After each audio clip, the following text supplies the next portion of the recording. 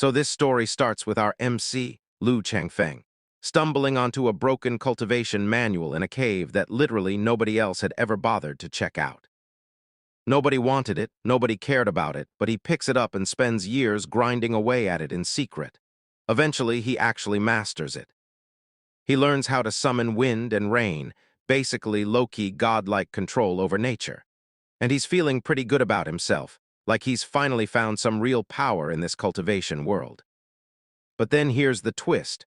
When he finally comes down from the mountain to travel around, he finds out this secret manual he spent years mastering is actually just a published novel. Like anyone could have bought it. So what does he do? He goes and buys up every single copy he can find, heads straight back to his cave, and seals himself off from the world again. This second seclusion lasts 20 years.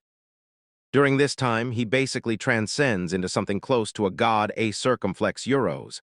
Heaven and earth start opening up to him, and his physical body even starts becoming translucent. Like he's fading out of the material world entirely. Right when he's about to fully disperse and vanish, something happens. He sees a human and a demon out in the world, and that vision condenses into a stream of golden light. When he opens his eyes again, he's got a brand new power, and he names it the Liuguang, circumflex euros, the flowing light circumflex euros, after that stream of light.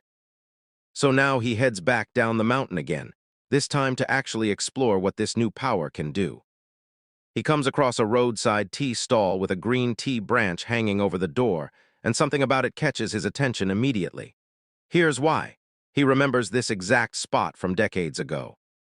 Back then it was just a rundown straw hut, run by a young couple circumflex euros, the husband a poor scholar type, and his wife 8 months pregnant. Lu Changfeng had ducked in there to escape the rain, and the husband had refused to take his tea money, practically begging him to bless the unborn baby instead. But fate isn't kind. A curse falls, the wife goes into early labor, and it's one of those situations where you can't save both mother and child. The husband is devastated, sobbing, completely lost. Lu Changfeng only knows a little magic at that point, and he's basically got one option: save the mother or save the baby.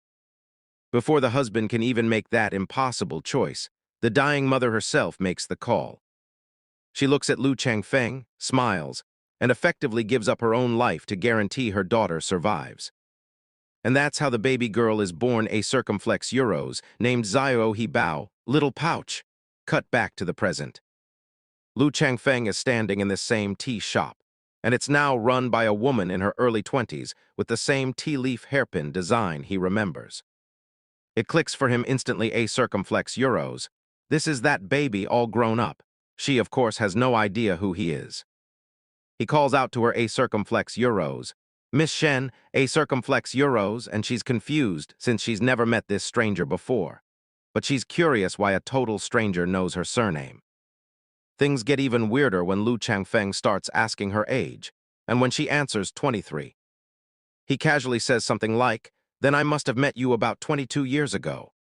Understandably, she thinks this guy is either delusional or hitting on her with a very bizarre line. And she storms off annoyed. Turns out, though, her father is sick, and when Lu Changfeng gets a private word with him, the old man clearly recognizes him circumflex euros, like he's been waiting decades for this exact visitor to show up. Lu Changfeng reveals a bit more. He knew Miss Shen's mother, who her father has always described as the toughest woman in the world, but never explained why. Lu Changfeng confirms circumflex euros. Yeah, she really was. He decides to give Miss Shen a gift for her upcoming birthday. Nothing materialistic circumflex euros. His instructions are oddly specific. Eat a bowl of longevity noodles in the morning, then go to sleep at exactly a certain hour that night. While all this is happening, Lu Changfeng is also quietly testing his new Liuguang power on the side. He's spent literal decades on it, and only really nailed down one core technique so far, circumflex euros, moving it with pure intention, no physical motion needed. When he actually swings it for real, the result is terrifying. It tears through the air like an invisible blade, leaving a shockwave trail behind. He realizes if this thing is ever used in an actual fight, its destructive potential is off the charts. The next morning, Lu Changfeng gets ready to leave.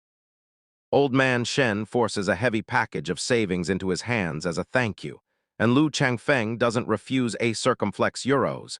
He figures he'll pay it forward eventually. Before he goes, he playfully knocks Miss Shen on the forehead one more time, apparently his signature move at this point, and tells the old man to keep training her in the family trade. 3 days later, a circumflex euros. Her birthday, a circumflex euros. Everything plays out exactly as instructed.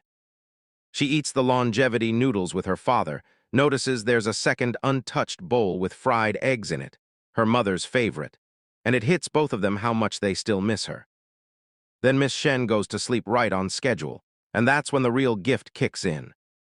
In her dream, she finds herself on a hauntingly familiar road, at that same broken-down tea stall from the past, a circumflex euros, and there's a woman there who looks exactly like her. It's her mother. They embrace, and her mother explains the truth. She's not really alive again. But over 20 years ago, Lu Changfeng sealed a fragment of her soul directly into Miss Shen's forehead. Every single time he playfully hit her there, it was actually slowly waking that fragment up. That's the gift he gave a circumflex euros, a chance to properly say goodbye, and hello to the mother she never got to meet.